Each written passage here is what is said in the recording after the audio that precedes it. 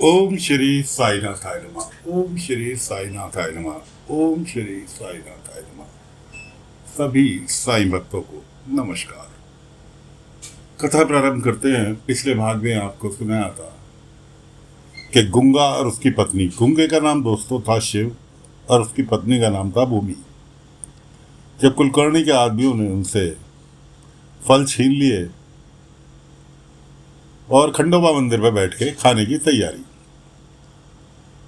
एक नाटा वाला जो कुलकर्णी का आदमी था वो कहने लगा मैं चक्कू लेके आ रहा हूँ, काट के खाएंगे मजे ले लेके।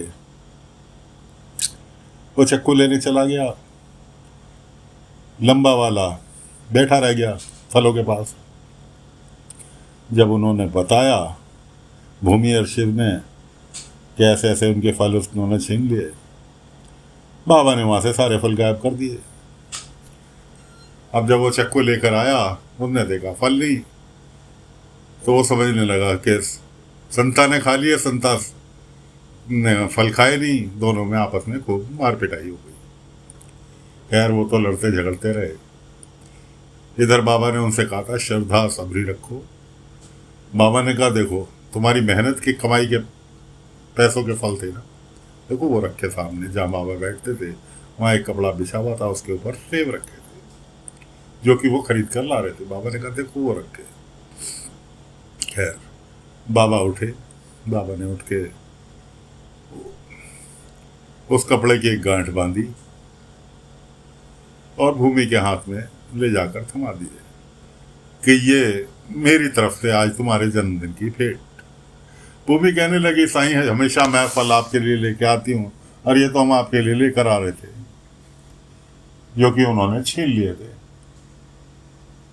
बाबा ने कहा आज मेरा सेब खाने की इच्छा नहीं है, इसलिए ये मेरी तरफ से तुम्हें भेंट और तुम दोनों जने मिलके खाना।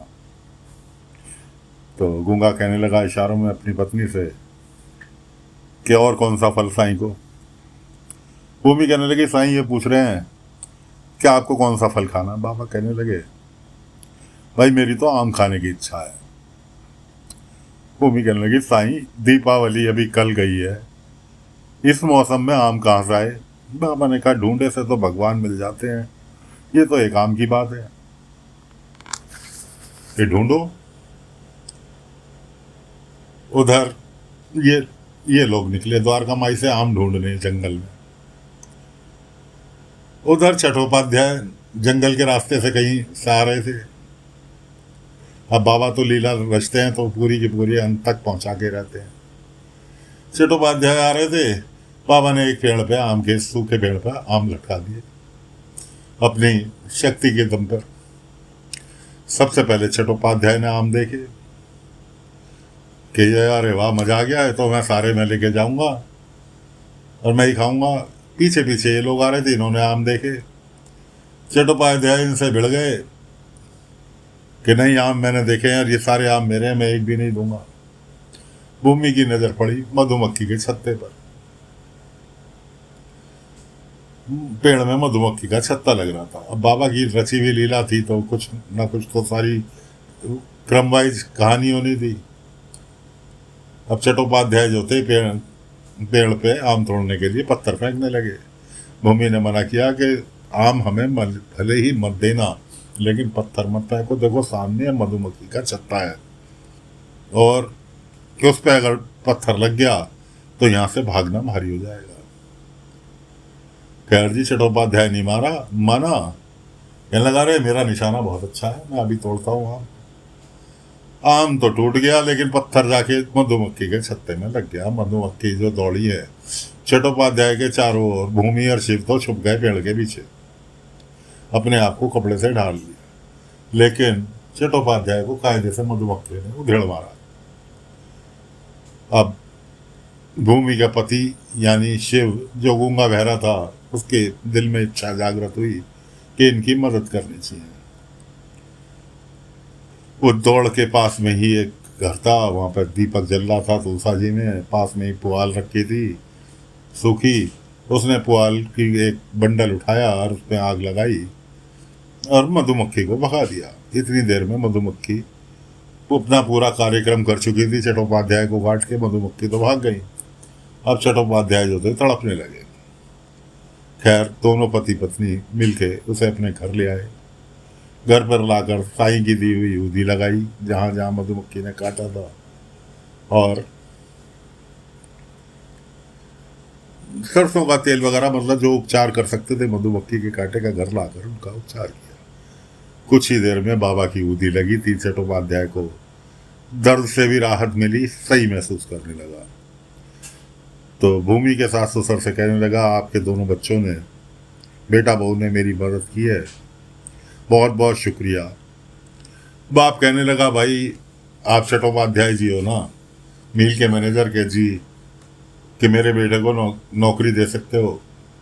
मेरा बेटा बेकार है, गूंगा बहरा बेशक है, लेकिन काम सारे कर लेता है। खैर चट्टोपाध्याय कह के चले गए कि ठीक है, कल सुबह जो है इसको मिल भेज देना। अगले दिन सुबह मिल लेकर भूमि पहुंच गई। खैर जी चट्टोपाध्याय ने नौकरी दे दी, लेकिन कह दिया कि देख, यहाँ पे कभी भी कुलकर्णी आए तो उसके सामने मत पड़ी हो, वो ऐसी उल्टी बुद्धि का बंदा है। और उसे काम में लगा दिया। अब भूमि जो थी उसको छोड़कर चली आई। अब कुलकर्णी सरकार जो थे, चट्टोपाध्याय की बिल से बाहर गए समझा के भाई साफ सफाई कर ले, और मैं भी आता हूँ, कुछ देर के लिए बाहर जा रहा हूँ। शिव जो था साफ सफाई करने में लग गया। इतनी देर में कुलकर्णी सरकार आए, उसे झाड़ पोछ करते, ए लड़के। अब वो सब बेचारा ना सुन सकता, न बोल सकता। उसने सुनी नहीं। कुलकर्णी को गुस्सा आया, कुलकर्णी ने उसके पत्थर फेंक के मार दिया। सिर में चोट लग गई। कुलकर्णी को यह भी पता चल गया ये गूंगा बहरा है। उसे मिल से बाहर निकाल दिया। सिर में चोट मार दी। अब बाबा को तो सब चीज पता थी कि क्या हो रहा है, कैसे हो रहा है। बाबा ने उसे मिल से वापस लौटते हुए देखा। साथ में भामा थी, श्यामा की पत्नी। अब वो अपनी धुन में चला जा रहा है। आगे कांटे की छड़ी पड़ी है। भामा कहने लगी, साईं इसे उठाए दे रही। बाबा ने भामा को रोका, नहीं, रहने दो। ये साईं वो देख नहीं रहा, पैर में कांटे चुभ जाएंगे। बाबा ने कहा, कोई नहीं, चलने दो उसे। बाबा ने फूंक मारी, वो कांटे की छड़ी एक साइड को चली गई। वो अपना चलता चला गया, पहुंच गया अपने घर।